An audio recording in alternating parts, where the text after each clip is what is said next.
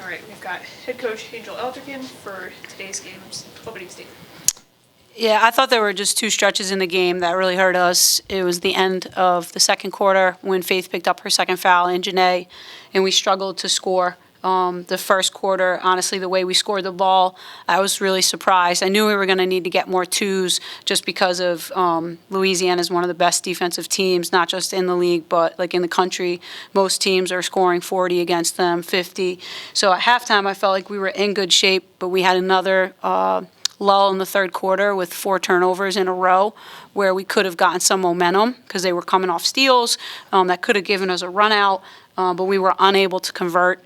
And then in the fourth quarter, just really disappointed with the way that we finished. But I think we just got to go back and spend Monday on like a mental Monday and kind of unpack the last 2 games and how we're winning and how we're losing. Rebounding continues to be an issue for us, and so we've got to shift our focus. I thought our zone looked good, but in order for us to play it, we've definitely got to be able to box out. So the 15 second chance points really hurt us.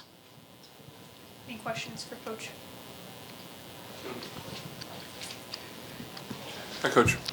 Hey. This late in the season, how are you feeling about how the team is evolving as you're pointing towards the conference tournament and the end of the season?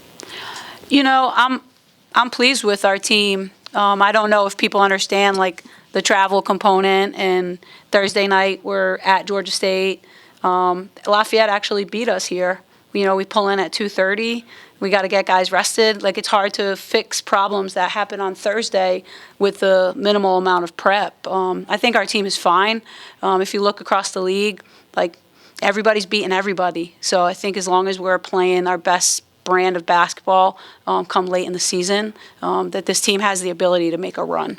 You know, I think my biggest job is to keep them fresh and coach legs and coach heart, because that's what it's really going to come down to as we head on the road again this week for 2 games on the road. You kind of answered my question a little bit, but you guys have been in a lot of close games, and you mentioned it. This is a conference where the teams are beating up on each other. It's really competitive. Whether it's in practice or in games, how do you guys go from being in a lot of these close games and maybe falling into some lulls in third and fourth quarters? How do you translate that into finishing on the other end? I think I don't know if they feel the game the way that we feel. Like, so when we came back yesterday and we were talking about the fourth quarter, without physically going through those possessions with them. So we need time this week to just work what you're saying. Okay, fourth quarter, tight game. Let's get those 3 stops in a row. Let's execute. Because I do feel like some of it is coming down to our execution, specifically the other night, and I don't have it in front of me, but like, how many shots did Emily Carver get in the second half? Like, we got to be really strategic when you have a player like her that can really fill it up. And so I think those are some things that we're going to look at this week as we head into this next stretch. But every game, like, we learn, and that's what I love about this team, is that they have a really good bounce back, and generally what we focus on, you can see it on the court. So we just got to be really, we got to find that low-hanging fruit and go all in on it this week, and then see that on the court on Thursday. Any further questions? Good? Thank you, guys.